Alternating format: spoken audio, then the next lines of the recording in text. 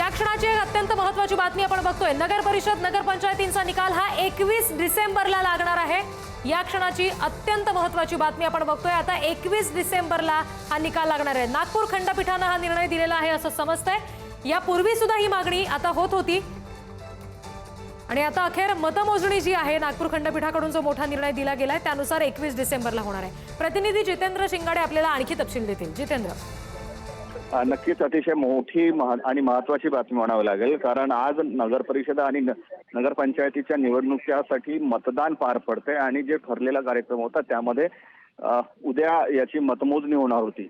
मात्र काही ठिकाणचे जे निवडणुका लागलेल्या होत्या त्या ठिकाणी मतदान जी प्रक्रिया आहे ती 20 आणि 21 तारखेला राबवण्यासाठी कालच राज्य निवडणूक आयोगाने आदेश जारी केले होते। त्याविरोधात काही याचिकाकर्ते आहेत, ज्यामध्ये वरोरा येथील एक याचिकाकर्ते आहेत, तर देवळीमधले म्हणजे वर्धेच्या देवळीमधील देखील एक याचिकाकर्ते आहेत। त्यांनी कोर्टात अपील दाखल केलेलं होतं। या ज्या निवडणुका होत आहेत त्या संदर्भात एक सोबतच निकाल लावण्यात यावा अशी त्यांची मागणी होती आणि त्यावर आता नागपूर खंडपीठाने हा महत्त्वपूर्ण निर्णय दिलेला आहे। त्यामुळे भले आज मतदान पार पडतंय आणि उद्या मतमोजणी होणार होती, मात्र आता जो उर्वरित 24 नगरपालिका आणि नगर परिषदेचा कार्यक्रम आहे त्यानुसारच आता 21 तारखेला ही मतमोजणी करण्यात येणार असा महत्त्वपूर्ण निर्णय मुंबई उच्च न्यायालयाच्या नागपूर खंडपीठाने दिलेला आहे। त्यामुळे आज मतदान पार पडते आणि जे काही 264 नगरपालिका नगरपंचायती आहेत त्यांची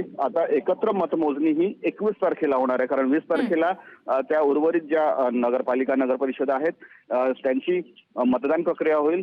त्यानंतर एक साथ दोन्ही ज्या उर्वरित आहेत आणि आता आज मतदान झालेलं आहे त्यांच्यासाठी उद्या जे आहे तो निकाल जो दिलेला आहे त्यानुसार 21 तारखेला त्यांची मतमोजणी होणार असल्याचं आता स्पष्ट झालंय। त्यामुळे आज जे उमेदवार आहेत आता त्यांची धाकधूक आणखी राहणार आहे, आणखी जी धाकधूक आहे ती वाढणार आहे। ती उद्या जी मतमोजणी होणार होती त्यानंतर आता 21 तारखेलाही होणार आहे। जी जितेंद्र, आपण जसं मगापासून म्हणतो की खंडपीठाकडून हा मोठा निर्णय दिला गेलेला आहे, पण एक स्पष्टीकरण देण्यासाठीचा निवडणूक आयोगाला वेळ दिला गेलेला होता।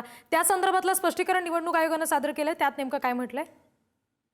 निवडणूक आयोगाला देखील स्पष्ट करून द्यायला सांगितलेलं होतं, कारण या ज्या निवडणुका होत आहेत त्यावर सर्वपक्षीय नेत्यांनी जी आहे ते टीका केलेली होती। कोणत्याही नेत्याला या रुचले नव्हते, मुख्यमंत्री असतील किंवा काँग्रेसचे नेते असतील, सर्व पक्षांनी या निर्णयाला विरोध केलेला होता। कारण एका दिवसा अगोदर निवडणूक आयोग आता हा निर्णय घेते, त्यामुळे जो कार्यकर्ता आहे मतदार आहे त्याचा हा अपमान असल्याचं अनेक नेत्यांनी म्हटलेलं होतं। अशा प्रकारे निवडणूक एका दिवसावर आल्यानंतर ती पुढे लांबवणे हे काही योग्य नाही असं हे म्हटलं होतं। त्यानंतर निवडणूक आयोगाने आपलं स्पष्टीकरण दिलेलं होतं की जे काही बदलवण्यात आलेल्या तारखा आहेत त्या आपल्या नियमांना धरून करण्यात जितेंद्र, आल्या। तुम्हाला अगदी थोडंसं थांबवते। भाजपचे सुधीर मुनगंटीवार सध्या आपल्याशी जोडले गेलेले आहेत। सुधीर भाऊ, आपण बघतोय की जी मतमोजणी उद्या होणार होती ती आता 21 तारखेला होणार आहे।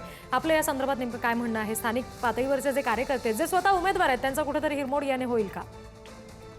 नक्कीच हिरमोड होईल। शेवटी 3 तारखेच्या मतमोजणीची आशा आणि अपेक्षा घेऊन काही करते काम करतात, ही कार्यकर्त्यांची निवडणूक आहे। पण धीरे धीरे दुर्दैवाने कोर्टाचा इतका जास्त हस्तक्षेप वाढायला लागला आणि त्याचा तर्कसंगत जर निर्णय असता तर मी समजू शकतो।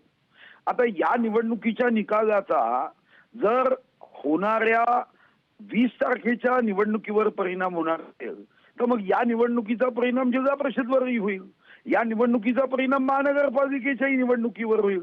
मग निकाल लावायचेच आहे एवढ्या एका तर्कसंगत कारणासाठी तर सर्व निवडणुका झाल्यावर 2 महिन्यांनी निकाल लावले पाहिजे। लॉजिक याच्या मागचं काहीच लक्षात येत नाही की 288 पैकी 24 पुढे गेले आहे, बाकी नगरपालिकेच्या निवडणुका आपल्या होत आहेत। त्याचा निकाल लावल्याने मतदारांच्या मतावर प्रभाव होऊ शकतो। तर मग या निवडणुकीचे निकाल 288 नगरपालिका नगरपंचायतीच्या निकालानंतर जिल्हा परिषदवरही परिणाम होईल, महानगरपालिकेवरही परिणाम होईल। लक्षात येऊ शकत नाही याचं असे निर्णय होतात त्याला